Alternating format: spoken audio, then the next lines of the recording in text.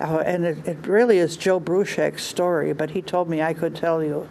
It's always very polite to ask an author if it's okay to tell his or her story.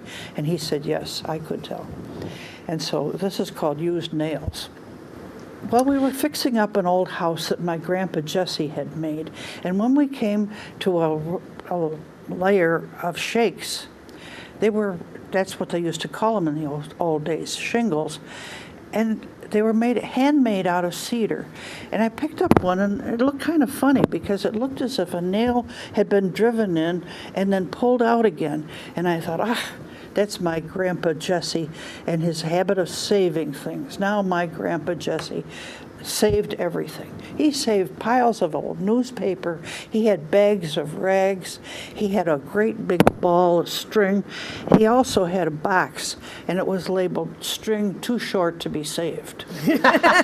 He saved anything that had any possible use. He went around in a disreputable old jacket and had holes all over, and some of the holes were from his habit of smoking a pipe.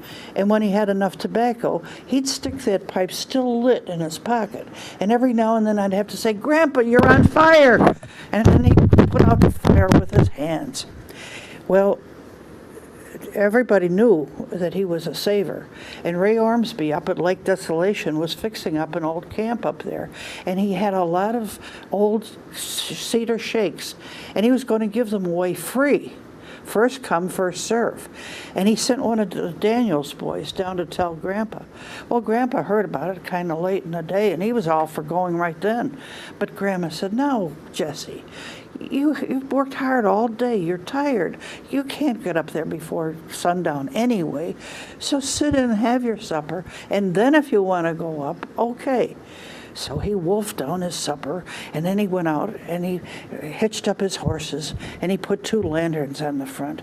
Now, Grandpa always had the best horses. Some people don't care if the back of the horse makes a letter U, but Grandpa had wonderful horses.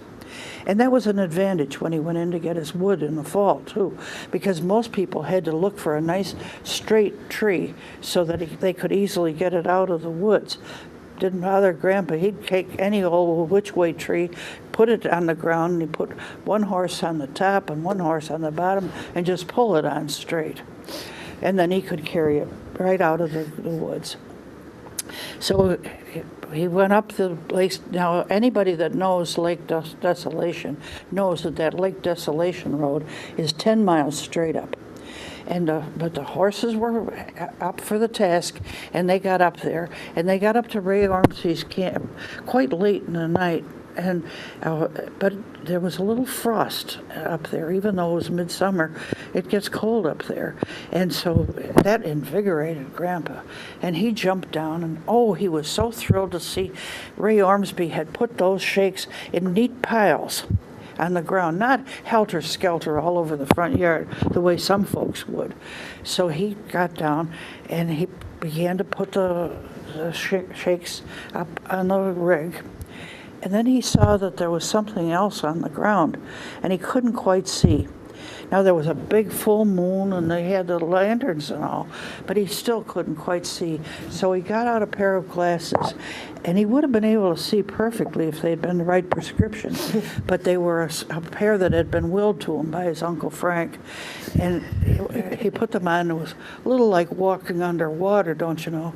And so he looked down, and he said, those are the used nails. Now, Grandpa loved nothing better than used nails. It could be an old brown, squiggly old thing all bent out of shape. He could pick it up, and with one blow of his hammer, straighten it out. He could use it over and over and over again. He was so pleased. So when he got all the shakes up there, he gathered up all those used nails, and he put it in his pockets. And then he got up. Now the horses had been asleep all this time, so they were full of beans.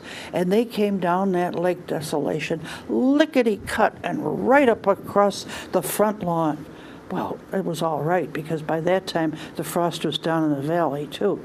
And he came up next to the south side, and He said, boy, I feel pretty good. That a little frost has invigorated me, and I've got those shakes, and I've got those nails.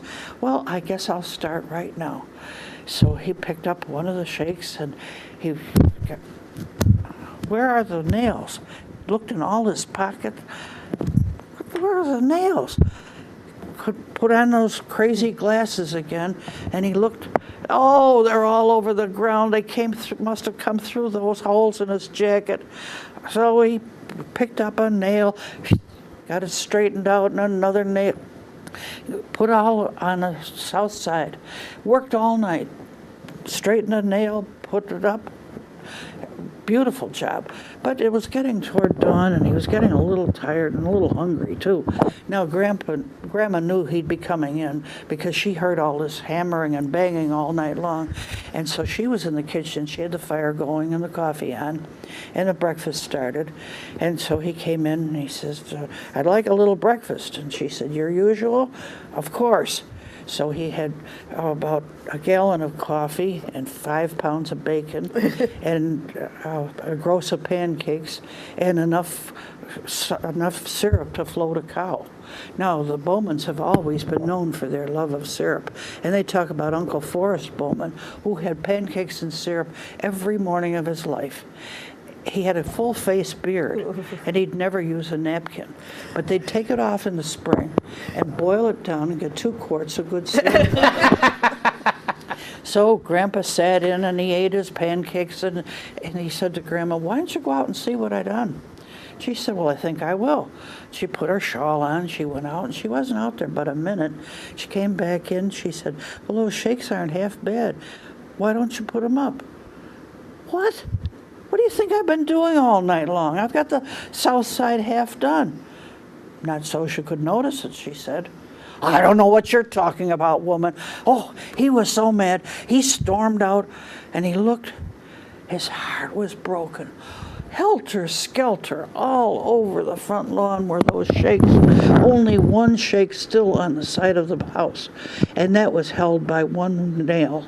And there was something peculiar about that nail, too, because it was going from the east to the west, to the east to the west. And he's looking at it, and finally it came out and went down on the ground and slithered off into a hole. And that's when Grandpa knew what he had done. He had shingled that house with nothing but frozen earthworms.